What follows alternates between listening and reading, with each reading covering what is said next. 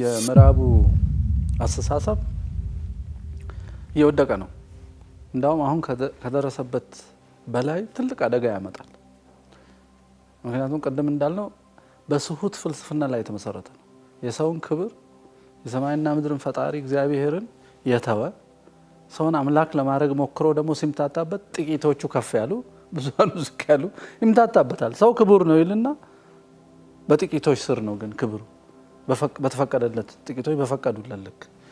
በተለይ ኢዩጀኒስቶቹ እነዚህ ዘረኞቹ ማለት ነው። ይሄ የጄኔቲክ ሳይንሱን ዘረኝነትን ሳይንሳዊ ለማድረግ የሚሄዱበት መንገድ ምን ያደርጋል መሰለ? ቅድም እንዳልከው ማህበራዊ መስተጋብሩን በተሳሳተ ቲዮሪ ላይ ያቆመዋል። የስነ ልቦና ሕክምናውን በተሳሳተ ቲዮሪ ላይ ያቆመዋል። ከዛ ደግሞ ስልጣኔ ራሱ በተሳሳተ ለምሳሌ ከግብርናና ከስነ ምህዳር አንጻር እንዴት እንደሚወድቁ ላሳይ።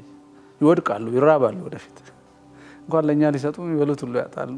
የሚበሉት ቢያገኙም ካንሰሩ በሽታው ችግር ውስጥ ነው የሚከታቸው። አሁን አሜሪካ እንዳለው ይሄ ምንድነው የውፍረት በሽታ የሚባለው አለ አይደል?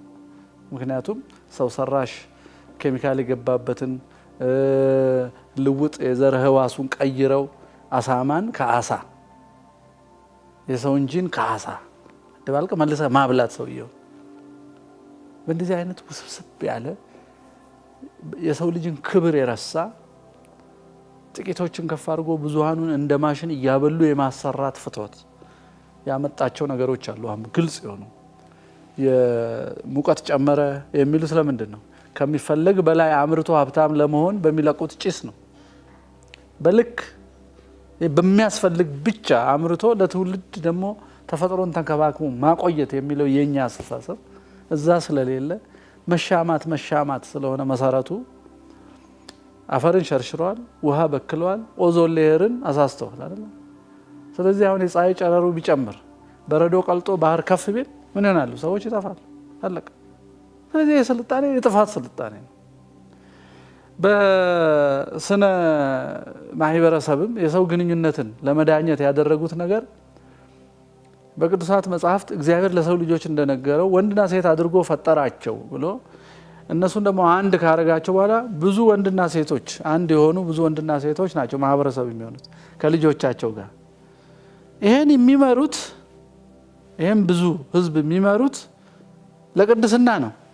ለቅድስና ሲመሩ ራሳቸው ያገኙትን ለሌላ በመስጠትና የእግዚአብሔርን አምሳል ለመንሳት ማነው አርአያነቱን ለመንሳት የመጋቢነት ሚና ስለሚጫወቱ ነው። አንዱ ለአንዱ ይሰጣል፣ አንዱ አንዱን ይጠብቃል፣ አንዱ አንዱን ይከባከባል፣ አንዱ ለአንዱ ሐኪም ነው። በዛ ህብረታዊ አንድነት ውስጥ ስትረስ ወይንም ጭንቀት፣ ተስፋ መቁረጥ፣ ዋስትና ማጣት የለም። እነሱ ምን አረጉ?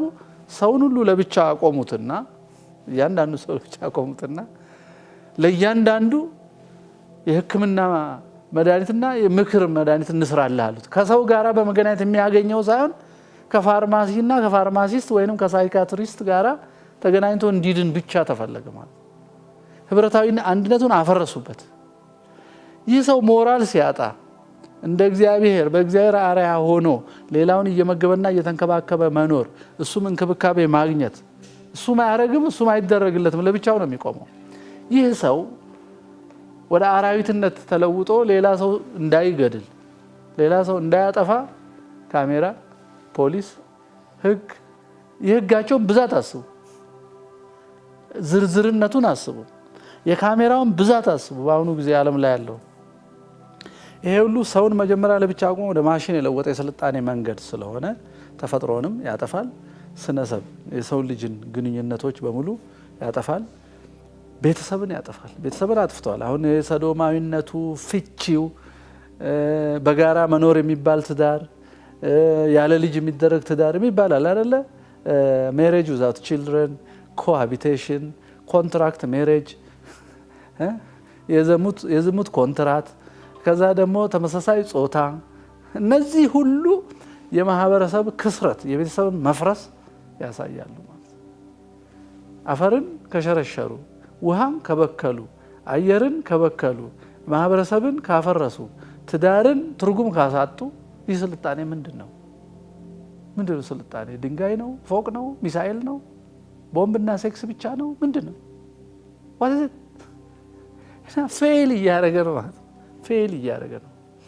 ኦኬ እኛ ደግሞ እሱን አፍቆን እነሱን ኮፒ እያደረግን መከራ እናያለን። ከብር ጋር ደግሞ ይሰጡናል፣ ከእርዳታ ከብድር ጋር ይሰጡናል። ህጋችንን ለነሱ እንዲሆን አድርገው አጽፈው ይሰጡናል። አሁን እኛ እሺ መፍትሄው ምንድነው? ሀገር በቀል እውቀቶቻችን የነበረ እያፈረስን ያለነው ስነ ማህበራዊ ትስስራችን መልሰን ብናመጣው የአስተዳደር ስርዓታችን፣ የፍትህ ስርዓታችን፣ የቤተሰብ አንድነትና ስርዓቱ የሂራርኪው ተዋረዳዊ ግንኙነታችን አሁን እነሱ አንዱ ሰውን ማህበረሰቡን የሚያፈርሱት ፓትሪያርካል ሶሳይቲ ነው። ሂራርካል ሶሳይቲ ተዋረዳዊ የሆነ ማህበረሰብ አደገኛ ነው ብለው ነው አፍ አውጥተው ምንም ሳያፍሩ እነሱ ሜዳ ከሆኑ በኋላ ምንም አላገኙም። ግን እኛንም ሜዳ ለማድረግ ብዙ ፈት ሴቶችን ሰብስበው ለምሳሌ ምንድነው ጀንደር ኦር ፌሚኒዝም ያስተምሩና ትዳር አፍራሽ ያደርጓቸዋል፣ ስልጣን ያስይዟቸዋል። ለስቢያንና ሶዶም ስልጣን ያስይዙና ተዋረዳዊውን ሶሳይቲ ለማጥፋት የሚሰሩ ሰዎች ያዘጋጃሉ።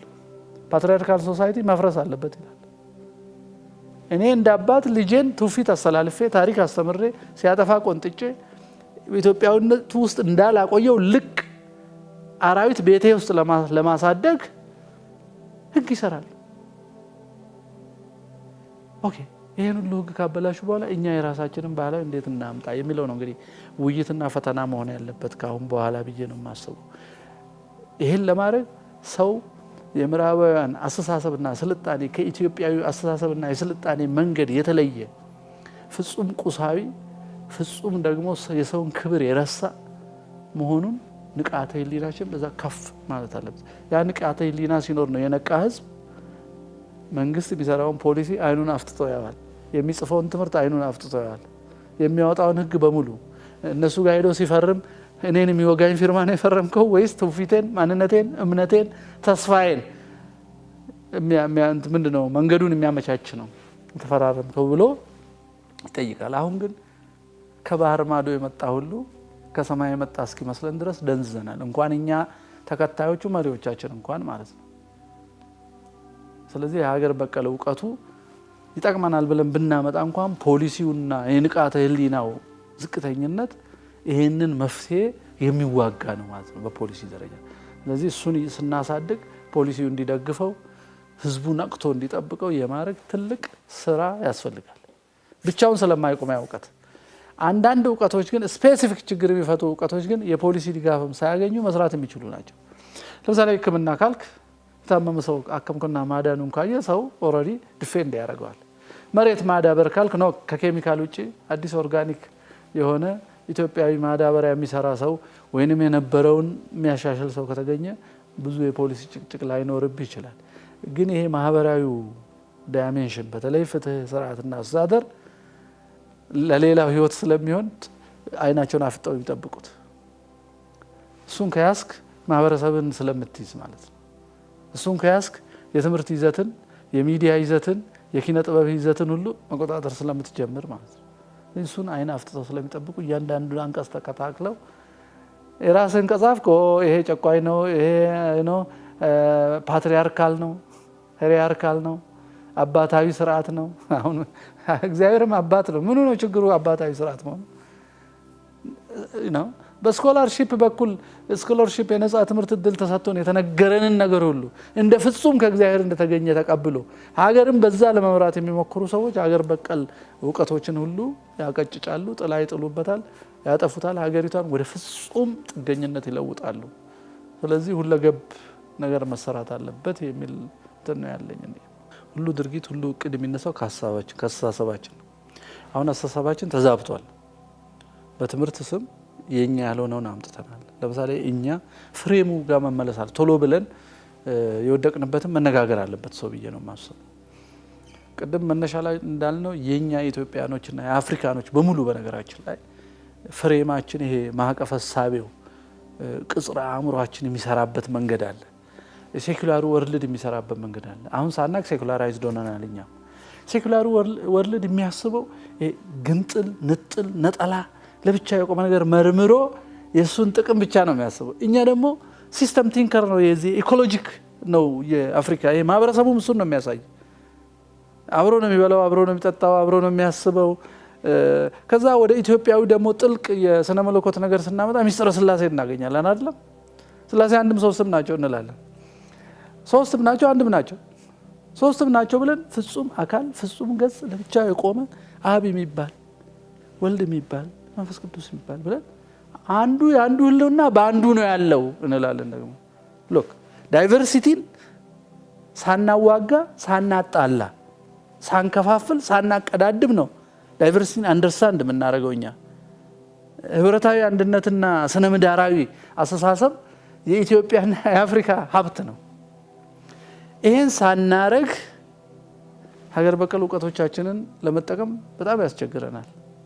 ህብረታዊ አንድነት ላይ የተመሰረተ ስነ መንግስት፣ የማህበረሰብ አስተዳደር፣ የቤተሰብ መዋቅር እሱን ሁሉ መመለስ አለበት ማለት ነው ሰው ሲያስብ ማለት ነው። እና ነጥለው ገንጥለው ለብቻ አቁመው የሚያዩና በውድድር ማዕቀፍ ውስጥ ብቻ የሚኖረውን ምዕራባዊ የስልጣኔ ትርጉም የትምህርትና የእውቀት ትርጉም ወደ ህብረታዊ አንድነት ትርጉም ለመለወጥ የመጀመሪያው ስራ ፖፑላር ምንድነው እንትን ነው አዌርነስ ንቃት፣ ህዝባዊ ንቃት መፍጠር ነው። የፍልስፍና ስህተቶቹን ማሳየት ነው። በሰው ልጅ ታሪክ ውስጥ እንዴት እንደተሳሳትን ማሳየት አለበት አፍሪካ። ስለዚህ አሁን የአፍሪካ ዩኒየን ከሆነ ቦታ እንግዲህ እርዳታ ተቀብሎ የፖሊሲ ፍሬም አንዳንድ ጫና እኮ ይደረግበታል። አገር ላይ ብቻ አይደለም ጫና የሚደረገው ህብረቶች ላይም ይደረጋል። የኤዥያ አሁን አንድነት ካሪቢያን ምናምን እነዚህ ሁሉ እኮ በድሮ ኮሎናይዝ ሲያደርጉ በነበሩ ሰዎች ጫና ይደረግባቸዋል። ካልተደረገባቸው ያመልጣሉ። ስለዚህ የተፈጥሮ ሀብት በመዝበዣም የተለያዩ እውቀቶችና የኛን ብራና ማጋዣም ይጠፋል እና ሁሌ ተጽዕኖ ይኖራል። ይሄንንም አዌር ሆነው ለምሳሌ የአፍሪካ ህብረት እዚህ መኖሩ ኢትዮጵያ መሆኑ የኢትዮጵያን እውቀቶች አፕሪሼት ለማድረግ ይጠቅመዋልና እኔ እዛ አንድ ክፍል ለምሳሌ ተፈጥሮ የኢትዮጵያ እውቀቶች የሌሎች አፍሪካ እውቀቶች ከዌስት አፍሪካ እስከ ምስራቅ አፍሪካ ከደቡብ እስከ ሰሜን ያለው ተሰብስቦ የሁሉም ሀገር ተመራማሪዎች ተገናኝተው በስነ መንግስቱም በፍትህ ስርዓትም በአስተዳደርም በመድኃኒትም በግጭት አፈታትም በትዳርም በሁሉ ነገር የሚመራመሩ ዲፓርትመንቶች ቢኖሩ አሁን የያዝነውን ሴኩላሩን እንፈውሳለን።